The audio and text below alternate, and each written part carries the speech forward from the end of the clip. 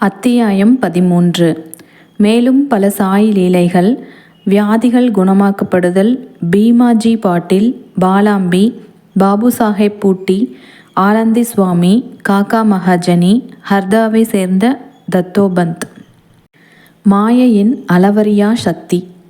பாபாவின் மொழிகள் எப்போதும் சுருக்கமானவை, மிருதுவானவை, ஆழமானவை, பொருள் செறிந்தவை, திறமையானவை, நன்றாக சமநிலைப்படுத்தப்பட்டவை.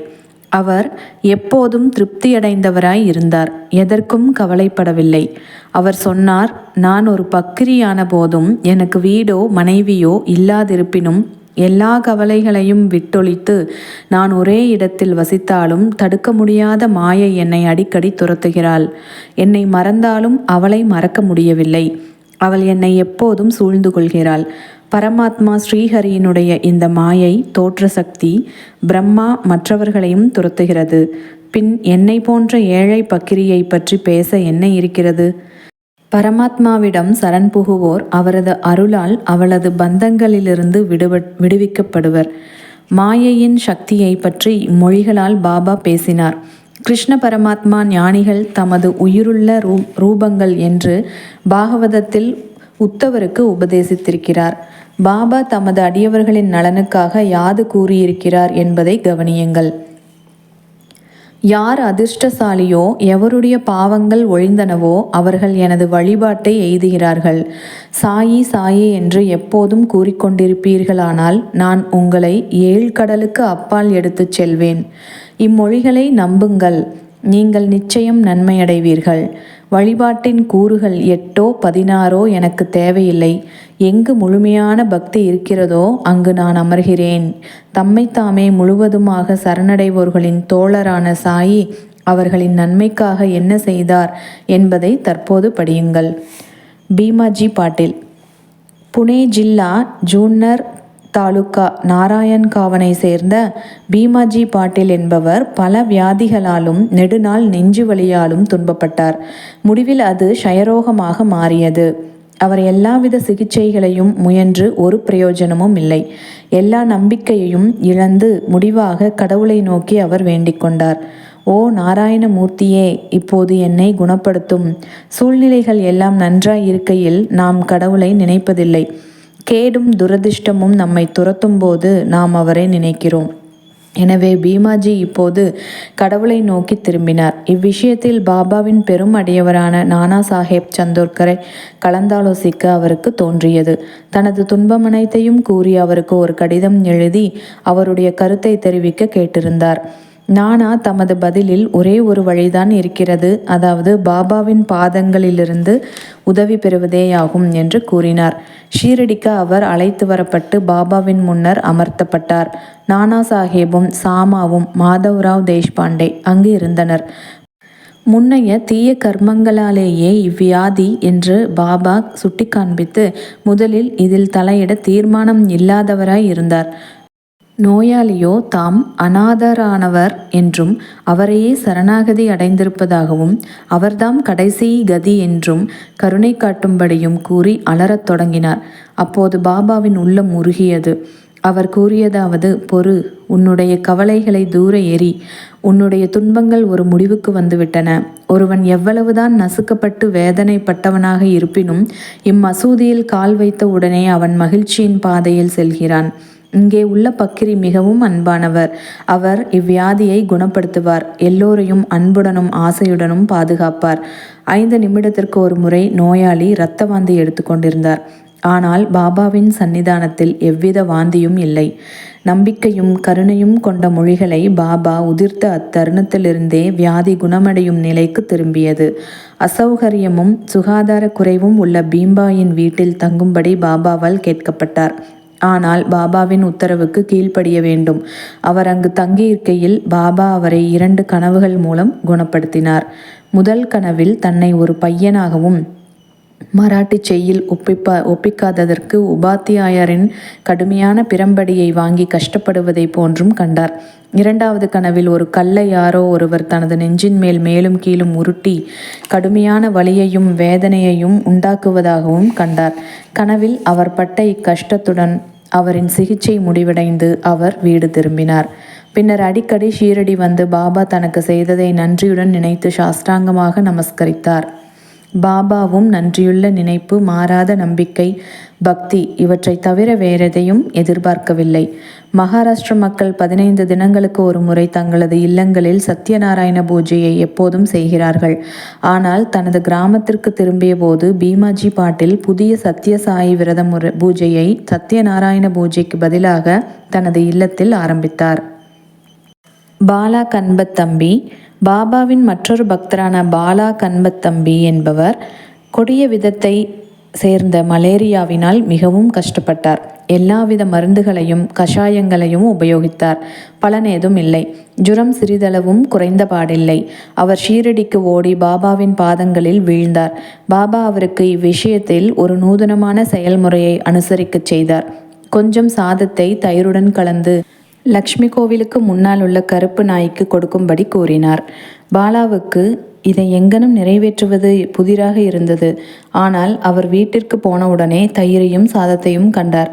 அவர் இரண்டையும் கலந்து அக்கலவையை லக்ஷ்மி கோவிலுக்கு அருகில் கொணர்ந்தார். அப்போது ஒரு கருப்பு நாய் வாலையாட்டி கொண்டு நிற்பதை கண்டார். நாயின் முன்னர் தயிருடன் கலந்த சாதத்தை வைத்தார். நாயும் அதை உண்டது. ஆச்சரியமாகவே பாலா கன்பத்பி மலேரியாவிலிருந்து விடுபட்டார். பாபு சாஹேப் பூட்டி ஸ்ரீமான் பூட்டி ஒரு முறை வாந்தி எடுத்தல், வயிற்றுப்போக்கு முதலியவற்றால் அவதியுற்றார். அவருடைய அலமாரி மருந்து மாத்திரைகளால் நிறைந்திருந்தது. ஆயினும் அவற்றால் ஒரு பயனும் இல்லை. வாந்தி எடுத்து வயிற்றுப்போக்கு ஆனதன் காரணமாக பாபு சாஹேப் மிகவும் தளர்ச்சி அடைந்தார். எனவே பாபாவின் தரிசனத்திற்காக மசூதிக்கு செல்லக்கூட அவரால் இயலவில்லை. பாபா அப்போது அவரை கூப்பிட்டு அனுப்பி அவரை தன் முன் உட்காரச் செய்து, இப்போது கவனி, இனிமேல் நீ வெளியேறக்கூடாது என்று கூறி தமது ஆட்காட்டி விரலை ஆட்டி மேலும் வாந்தி எடுத்தலும் நிற்க வேண்டும் என கூறினார். இப்போது பாபாவின் சொற்களில் உள்ள சக்தியை கவனியுங்கள். 2 வியாதிகளும் ஓடிவிட்டன. பூட்டியும் குணமானார். மற்றொரு முறை காலராவால் அவர் தாக்கப்பட்டு கடினமான தாகத்தால் அல்லலுற்றார். டாக்டர் பிள்ளை எல்லாவித சிகிச்சை முறைகளை கையாண்டும் குணமளிக்க முடியவில்லை.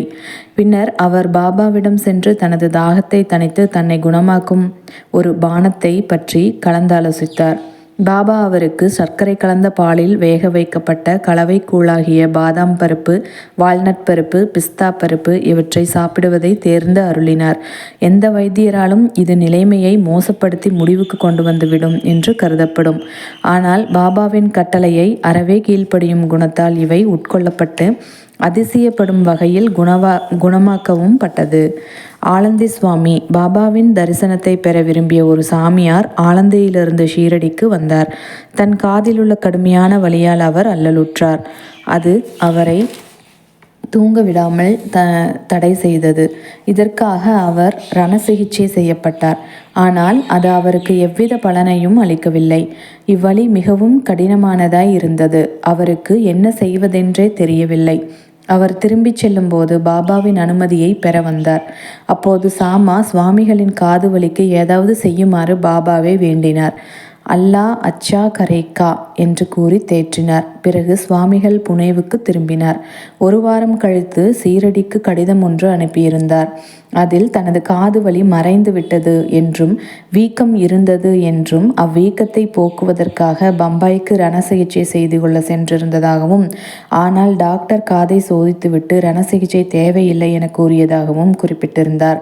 பாபாவின் மொழிகளுக்கு அத்தகைய ஆற்றல் இருக்கிறது. காக்கா மகாஜனி பாபாவின் மற்றொரு அடியவரான காக்கா மகாஜனி என்பவர் ஒருமுறை வயிற்றுப்போக்கால் அவதியுற்றார்.